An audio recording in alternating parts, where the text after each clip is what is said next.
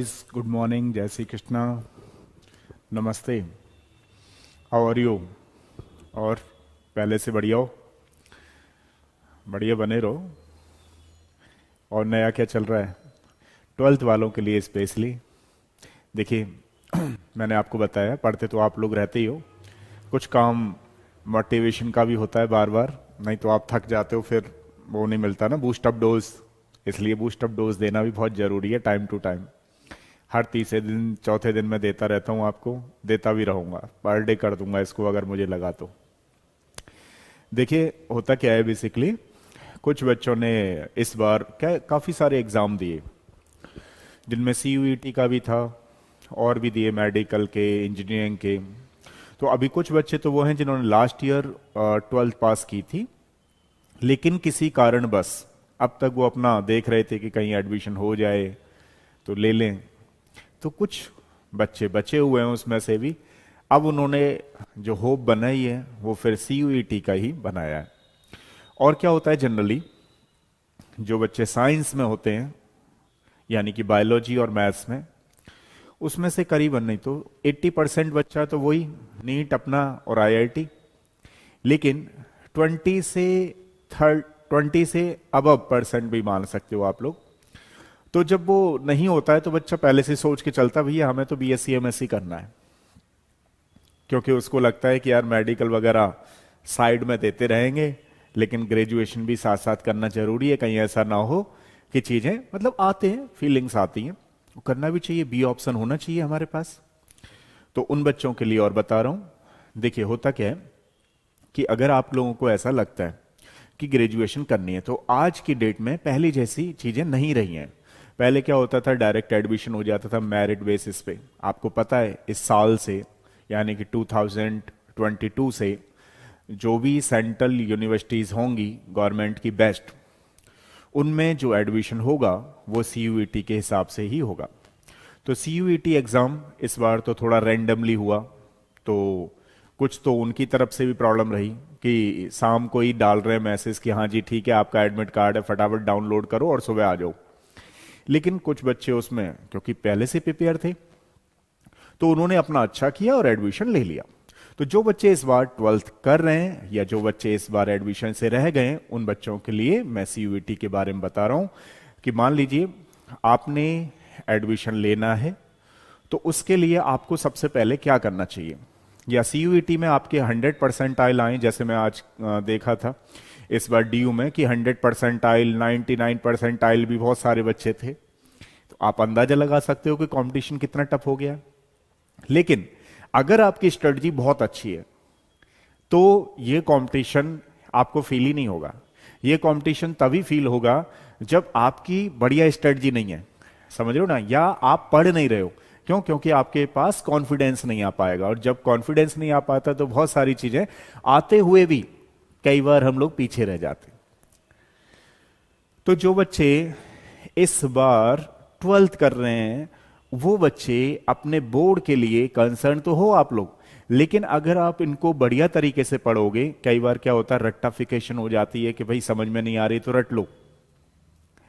और एनसीईआरटी के क्या होता है कि अगर मान लो 4 लाइनें, तो उसमें से स्टूडेंट क्या सोचता है, शॉर्टकट चल रहे हैं हम तो उन बच्चों के लिए और बताना चाह रहा हूं कि आपको शॉर्टकट में नहीं चलना है। अदरवाइज मेडिकल आईआईटी तो लॉन्ग कट मांगते ही मानते हैं, और ये भी अब मांगना शुरू कर दिया है सीयूईटी, क्योंकि आपको ऐसा लगता था पहले कि चलो बोर्ड में हमारे अच्छे परसेंटाइल आ जाएंगे तो हम ग्रेजुएशन कर लेंगे।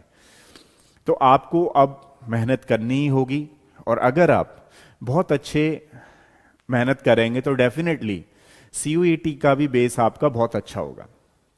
ठीक है। अब रही बात कोचिंग की। क्यों? क्योंकि कुछ बच्चों को लगता है कि भाई कोचिंग नेसेसरी है या नहीं है। तो मैं आपको बता दूं, देखो, अगर आप खुद पढ़ लेते हो, 2-3 तरह के बच्चे होते हैं। एक तो खुद पढ़ लेते हैं, अगर खुद पढ़ लेते हैं तो उनके लिए तो कोई रिक्वायरमेंट नहीं है, आप एनसीईआरटी की बुक पढ़िए और क्वेश्चन की प्रैक्टिस करिए। कई बार क्या होता है कि जो आप चीजें पढ़ रहे होते हो, वो टीचर कई बार सारी बुक्स पढ़ करके आ रहा होता है और आपको शॉर्ट ट्रिक में पढ़ा रहा होता है। आपको ऐसा लगता है, कुछ बच्चे कैसे होते हैं कि अगर उनको सामने से सुनाया जाए तो वो सुनते रहते हैं, अपना करते रहते हैं, उनको चीजें याद हो जाती हैं, लर्न हो जाती हैं। मतलब खुद से नहीं उतनी क्लियर हो पा रहे हैं कॉन्सेप्ट, लेकिन अगर कोई सामने बोलता रहता है तो बहुत अच्छा उसको क्लियर हो जाता है। तो कई सारे मैंने आपको बताया ना। और अलग कैटेगरी वो भी होती है जो कुछ बच्चा करने भी नहीं चाहते कुछ भी, तो उसमें तो मैं जा ही नहीं रहा। मैं जा रहा हूं कि कुछ बच्चे जो करना चाहते हैं उनके लिए क्या क्या कंडीशन है। उनके लिए दो कंडीशन होती है। एक तो उसमें ये बच्चा होता है कि भाई खुद ही पढ़ रहा है, पढ़ता रहता है अपने हिसाब से। एक वो है सामने टीचर पढ़ा रहा है और हर बात को सुनता जा रहा है और उसकी प्रैक्टिस कर रहा है, क्योंकि उसको पहले से हो सकता है समझ में नहीं आ रही, लेकिन जब टीचर के साथ या कोई बोल रहा है उसको तो बहुत अच्छी चीजें क्लियर हो रही हैं, तो वो अपना वो भी कर लेता है बहुत अच्छे तरीके से। ठीक है। और देखो बच्चा तो कर ही लेता है, लेकिन कई बार इन्वायरमेंट का इफेक्ट बहुत ज्यादा देखा जाता है कि अगर मान लो आपके सराउंडिंग में कुछ ऐसे लोग रहते हैं जो खुद ही प्रिपरेशन कर रहे हैं, तो आपका भी मन करेगा कि चलो यार मैं भी कर लेता हूं या मैं भी कर लेती हूँ।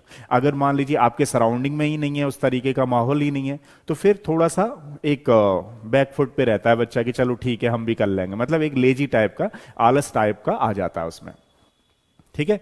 तो कोचिंग का रोल मैंने आपको बता ही दिया है। कोचिंग का रोल उतना ही है जितना आपका पढ़ाई का, यानी 50-50% मान लो, अगर मानो तो क्योंकि जितना टीचर आपको पढ़ाएंगे उतनी ही मेहनत आपको घर पे करनी पड़ेगी। अगर नहीं करोगे आप तो ध्यान रखना ये प्रैक्टिस होती है, अगर प्रैक्टिस छूट जाएगी तो फिर आपको भी भूल जाओगे चीजें। ठीक है। तो इसके लिए आपको डेली बेसिस पे काम करना है, पढ़ना है। और एक चीज अगर मेरी आप लोग बात मान जाओ तो मैं आपसे बता रहा हूं बहुत ही अच्छी चीज, कि भाई अगर आप 12th में 11th या 12th में हो तो जितनी मेहनत अपने आप को कर सकते हो उतनी कर लो। फिर देखो आपकी पूरी लाइफ एकदम उस तरीके से लगेगी सेट सी हो रही है। और ध्यान रखना जो बच्चे 11th-12th में बहुत ज्यादा मेहनत नहीं कर पाएंगे वो फिर पूरी जिंदगी ऐसी लगेगी उनको अबे चल क्या रहे, समझ रहे हो ना। इसलिए मैं जो कह रहा हूं उस पर फोकस करो। अगर आप 12th में हो तो पूरी जी जान लगा दो इस बार। देखो केमिस्ट्री में मेरे 100 में से 100 नहीं थे, हमारे स्टूडेंट के बहुत सारे बच्चों के इस बार 100 में से 100 है। तो ऐसा मुझे देखने को मिल रहा है कि केमिस्ट्री में भी आजकल 100 में से 100 आने लगे। ठीक है। क्योंकि आप लोग देख रहे हो हर चीज में कंपटीशन है। अगर आप एक सिंपल बीएससी करना चाह रहे हो ना अच्छी यूनिवर्सिटी से, लाइक एज द डीयू वगैरह से, सेंट्रल यूनिवर्सिटी जितनी बार भी है, बीएचयू वगैरह से, तो आप खुद से देख लो ये आपको सीयूईटी एग्जाम के थ्रू ही जाना है एडमिशन। तो क्यों ना जबरदस्त तरीके से अपने आप को बहुत अच्छा बना लो ताकि आपको अच्छे कॉलेज में एडमिशन मिल सके।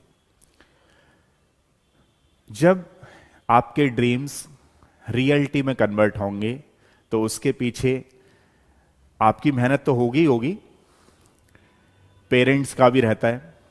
ठीक है ना। तो कहने का मतलब यह है कि अच्छे कॉलेज में एडमिशन ले लोगे तो आपके पेरेंट्स भी खुश होंगे, प्लस आपका फ्यूचर भी अच्छा होगा। ठीक है। अब टॉपिक ये था सीयूईटी कोचिंग इन दिल्ली, क्योंकि ये तो जनरल वे जो मैंने आपको बताना था वो बताया।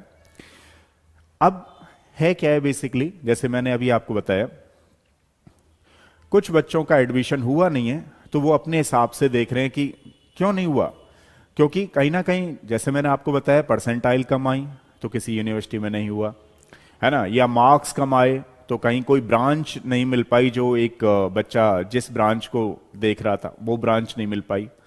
तो कहने का मतलब कई सारे ऐसे फैक्टर रहे।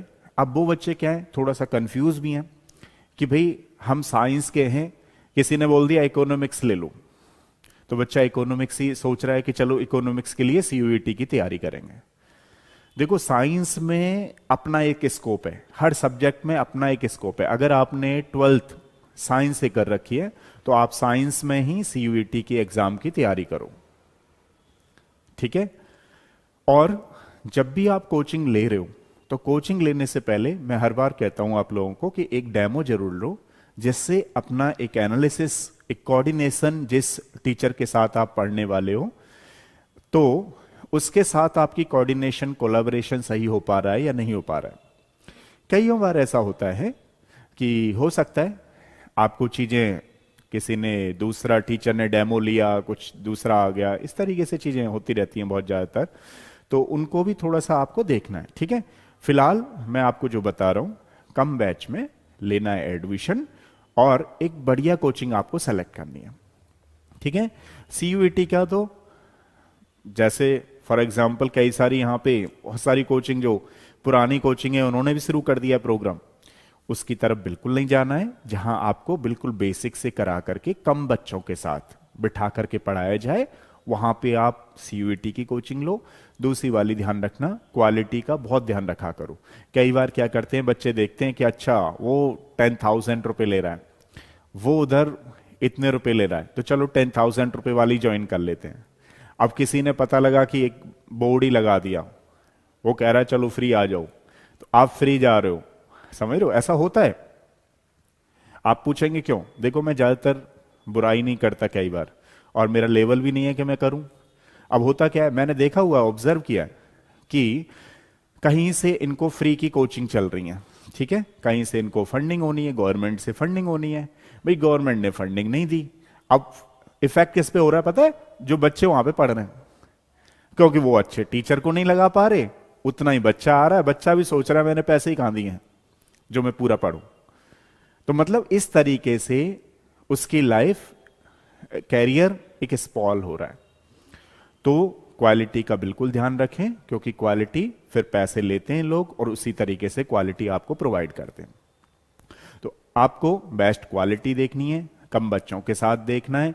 और इसमें सीयूईटी में एक चीज और बता दूं, जब भी आप कभी एग्जाम देने जाया करो तो बिना प्रीवियस ईयर क्वेश्चन पेपर के एग्जाम मत दिया करो। एटलीस्ट 10 ईयर के क्वेश्चन पेपर तो आपके पास सॉल्व होने ही चाहिए, घर पे करके आपको देख लेने चाहिए। अगर आप किसी एग्जाम को क्रैक करना चाह रहे हो और बहुत अच्छे उसमें रैंक लाना चाह रहे हो, वो मैं आपको पॉइंट बता रहा हूं। अब जैसे फॉर एग्जाम्पल किसी बच्चे के मान लीजिए बोर्ड में ही 100 नंबर आते हैं, तो उसने प्रैक्टिस पहले से कर रखी होती है और एग्जाम वो वीकली फोर्टनाइट देता ही रहता है बच्चा, तब जाकर के उसके कॉन्सेप्ट क्लियर हैं। इसी वजह से उसके 100 में से 100 आ रखे हैं, क्योंकि वो फिर पेपर देने से पहले, अभी जैसे आपके एग्जाम में प्री बोर्ड क्यों कराते हैं, वो इसीलिए कराते हैं कि मान लो अगर कोई बच्चे में कहीं लैग चल रहा है तो उसको बुला करके टीचर करा सके, सॉल्व करा सके। ठीक है, तो अपने आप को एनालिसिस करना जरूरी है और एकदम से पूरी ताकत लगा दो इस बार।